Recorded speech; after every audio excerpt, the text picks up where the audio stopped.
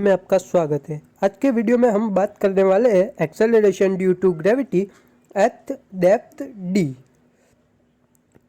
तो चलिए शुरू करते हैं। यहाँ पे हमें m मास अर्थ का मास दिया हुआ है, m be mass of the earth, और जो हमारा r है वो अर्थ का रेडियस है। जो यहाँ पे r दिखाया गया है वो अर्थ का रेडियस और मास हमारा m है जो अर्थ का मास है। अब हम देखेंगे तो G dash be gravitational acceleration at depth D, यानी कि हमें जो डी दिख रहा है वो यहाँ से लेकर यहाँ तक है। तो यहाँ पे डी पे हमने एक छोटा सा मास स्मॉल m कंसिडर किया हुआ है, और उसकी वजह से क्या हमें एक्सेलरेशन ड्यू टू ग्रेविटी मिल रहा है वो निकालना है। तो सबसे पहले आपको ये पता होना चाहिए कि value of acceleration due to gravity at a point on E surface, यानी कि के सरफेस पे जो भी एक्सेलरेशन ड्यू टू ग्रेविटी होगी वो होगी G is equal to G M बटे R square, G is equal to G M बटे आर स्क्वायर। तो अब हम इसमें देखेंगे तो ये डिस्टेंस डी है, ये डिस्टेंस आर है। तो अर्थ से डी डेप्थ तक का डिस्टेंस क्या हो जाएगा, आर में से डी को बात कर देंगे तो आर माइनस डी वो यहाँ से लेकर यहाँ तक का डिस्टेंस हो जाएगा। तो चलिए आगे देखते हैं। आगे देखेंगे तो हमें पता है रो को हम डेंसिटी लेते हैं। तो अब हम अर्थ की डेंसिटी के बारे में बात करें तो डेंसिटी क्या होती है, rho is equal to M upon V. V क्या होता है, वॉल्यूम। तो ये सरफेस कैसी है, स्फेरिकल। तो स्फेरिकल सरफेस का वॉल्यूम क्या होगा, 4/3 pi R cube, 4/3 pi R cube. यहाँ पे हम कैपिटल एम को ले कंसिडर कर लेते हैं तो m is equal to rho into V हो जाएगा। वी हमने स्फेरिकल का क्या लिया, 4/3 पाई आर क्यूब।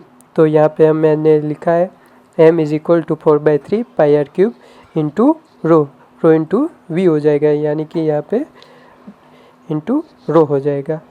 तो अब हम आगे देखेंगे तो अब हमने कहा कि सरफेस पे क्या होता है, g is equal to G M upon R square होता है। तो G M upon R square होता है, इसमें हमें यहाँ पे m की वैल्यू मिल गई है। तो अब हम इसमें m की वैल्यू रख देते हैं। तो m की वैल्यू यहाँ पे g is equal to G M upon R square में रखेंगे तो क्या होगा, g is equal to G into 4/3 pi R cube into rho upon R square. तो यहाँ पे आर क्यूब है, यहाँ पे आर स्क्वायर है, तो यहाँ पे एक आर बचेगा और बाकी की वैल्यू आपको यहाँ पे मिल जाएगी। तो जी क्या मिला, g is equal to 4/3 pi G R rho मिला। इसको हम या भी के लिए याद रखते हैं, जी हमारा ये मिला। अब आगे देखेंगे तो आगे हमें पता है कि यहाँ पे डेप्थ डी है, तो डेप्थ डी पे हमने क्या कंसीडर किया है, जी डेस कंसीडर किया है। तो जी डेस क्या होगा, यहाँ पे हमने मास भी कंसीडर किया है, स्मॉल एम भी कह सकते हैं और एम डेस भी कह सकते हैं। तो जी क्या होगा हमारा, जी डेस क्या होगा यहाँ पे डी पे, G dash is equal to, यहाँ पे देखिए G dash is equal to G M dash upon R square. यहाँ पे आर हमारा क्या है, आर माइनस डी का स्क्वायर, यानी कि G dash is equal to G M dash upon R minus D का स्क्वायर।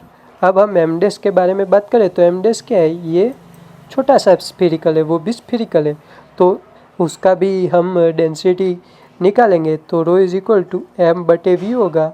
तो मास को हम जब कंसिडर करेंगे तो मास रो इंटू वी हो जाएगा। लेकिन अब हमारे पास जो डिस्टेंस है वो क्या है, आर माइनस डी है। तो हमारा एम डेस क्या हो जाएगा, M dash is equal to 4/3 pi R minus D का क्यूब इंटू रो हो जाएगा। तो अब हमें यहाँ पे एम डेस मिल गया है, तो हम इस वाले इक्वेशन में एम डेस की वैल्यू रख सकते हैं। G dash is equal to G M dash upon R minus D का स्क्वायर में इस एम डेस की वैल्यू रख सकते हैं। तो चलिए उसको देखते हैं। तो अब हमने G dash is equal to G 4/3 pi R minus D का cube into rho upon R minus D का स्क्वायर। यहाँ पे स्क्वायर है, यहाँ पे क्यूब है, तो 2 कट जाएगा, तो यहाँ पे आर माइनस डी ही बचेगा।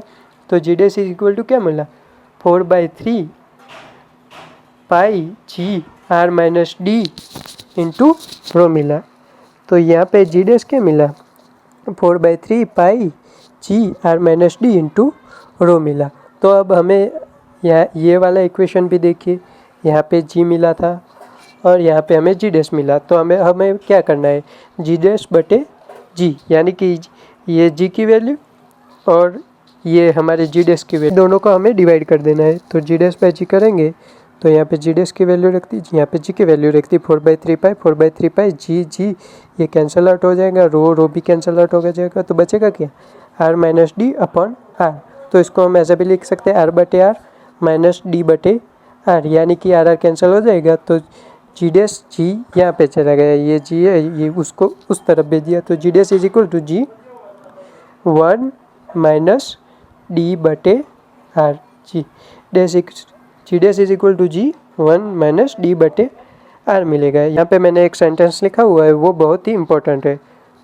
तो देखिए, as depth increase value of acceleration due to gravity decrease, यानी कि जब भी हम डेप्थ को इंक्रीज करेंगे value of acceleration due to gravity decrease होगा।